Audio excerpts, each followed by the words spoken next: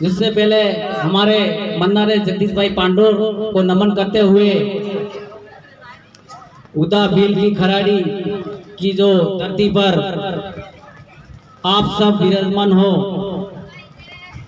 तो मैं कोटिया भील के वंशज कोटा से चित्तौड़ होते हुए जो मन्नाहारी एक हमारा पुरखा था, उसके जो पुत्र थे हामजी बोराया का वंशज जवाहरलाल आरी, मैं आपका इस मंच के माध्यम से तहे दिल से जोहार अभिनंदन करता हूं। साथियों, प्रोग्राम हमारा जो ये मां चित्तन शिविर यहाँ जो हो रहा है और इस जय जोहार के नारे से जो गूंज रहा है, इसको मैं सुन रहा हूं और बहुत से यहाँ ऐसा मुझे अनुभव हुआ है कि माता बहनें बैठी हुई है और इतनी बरसात में, तो मुझे कल का एक सीन याद आया था कि कल भी एक उदयपुर में प्रोग्राम हुआ था, तो वहां भी बरसात हुई थी। तो मेरे ख्याल से उन भाइयों ने तो ऊपर कुर्सियां ओढ़ी थी पानी से बचने के लिए, और हमारे लोग बिल्कुल हिले नहीं है।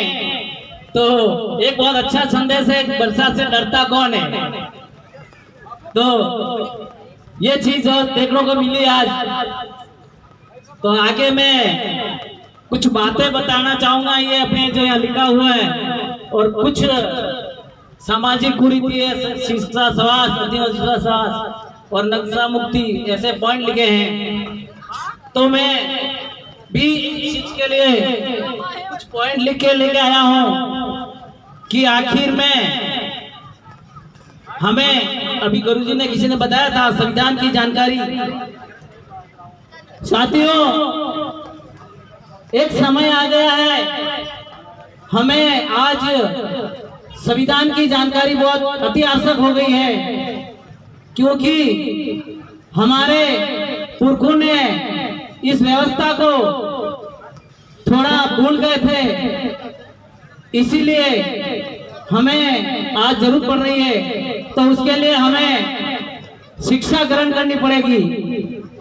और आज जो अभी भाई ने बताया था आदिवासी परिवार की जो जाजम बनाई है, उस पे बैठने के लिए जो हम आते हैं और हम शामिल होते हैं, जो जोहार उद्बोधन करते हैं, तो उसके बारे में भी मैं थोड़ा सा आपको बता दूंगा कि आज इस जय जोहार को देखकर हमारे से सीखकर बहुत से लोगों ने संगठन बना दिए हैं, और उनकी भी आज एक बैठक हुई है जहाँ जय सरदार के नारे लगेंगे, और मेरे ख्याल से आज के बाद में वो लोग भी जय सरदार बोलेंगे।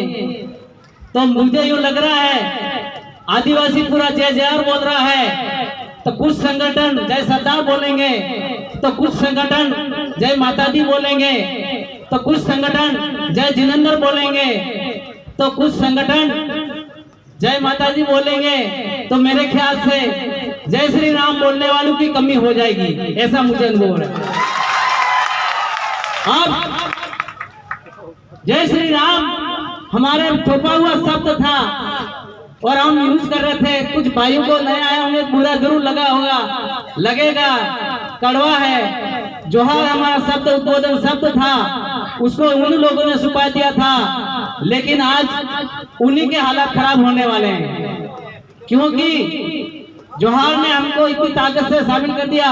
और जोहार वो शब्द है, अभी भाई ने बताया था, रंजीत भाई ने, थोड़ा सा रह गया, मैं बता देता हूँ कि जब हमारी शादी ब्याह होती है और दीपावली आना, हमारे इधर तो होता है, शायद जैसलमेर साइड में आपके इधर नहीं होता होगा, मुझे मालूम नहीं, लेकिन हमारे बुजुर्ग लोग घर पे रह जाते हैं, तो नई नवेलन जो दुल्हन होती है उसको घर लाने के बाद में शायद शादी करके लाए हैं, तो उसके दोहरा ओढ़ा छोड़ते वो रस्म निभाने के बाद में जब हमारी माता बहन उसको लेके जाके हमारे बुजुर्ग होते हैं उनको पगे लगाने इनके, तो बेसेड़ा लागे पगे लागे लाड़ी दीवा हमारे अटके तुम्हारे अटके निके बना के अलू केवल लाडी जो आ रहा वेल बजा जी बच्चे नमर सूरत तब जे ऐसा शब्द कहते थे, शायद भूल गए।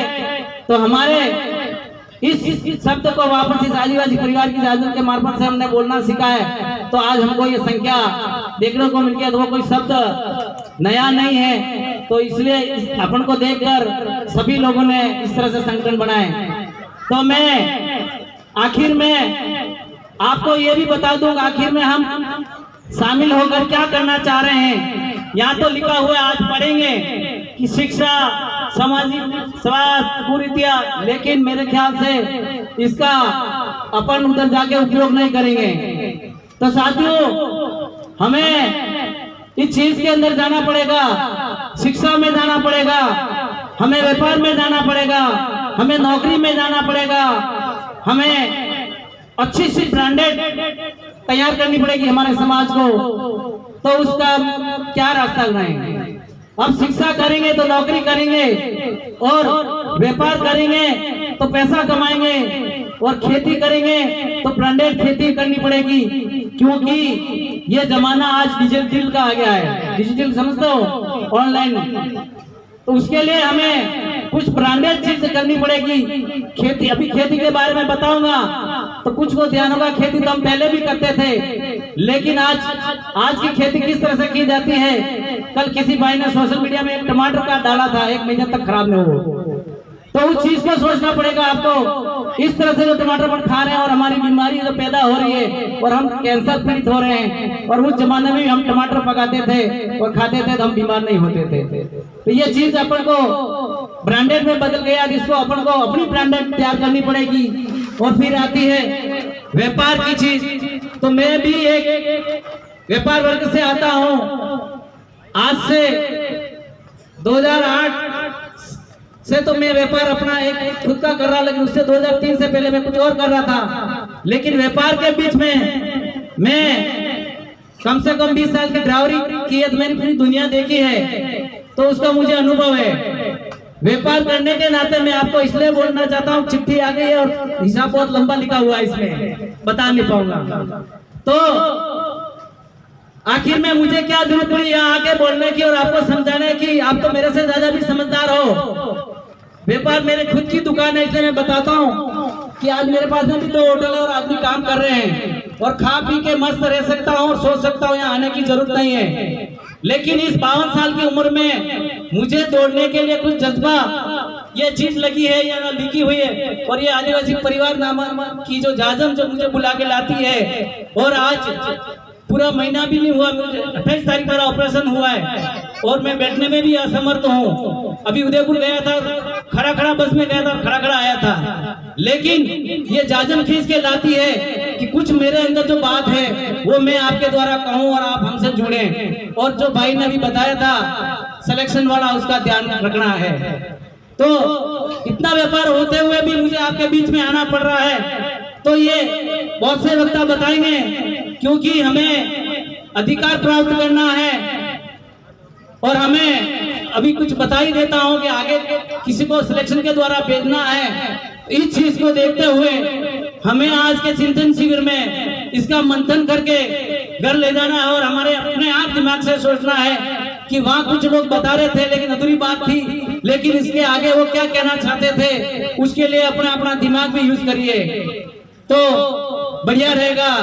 तो मेरा वक्तव्य यही मैं समाप्त करूंगा, क्योंकि आज बोलने वाले हम ज्यादा हो गए हैं और मेरे ख्याल से सुनने वाले अभी भी हमारे कम पड़ रहे हैं। तो हमें 2-5 मिनट भी बोलते हैं तो भी आज की तारीख में यहाँ वक्ता बहुत बैठे हुए हैं, यही आदिवासी परिवार की जाजम है।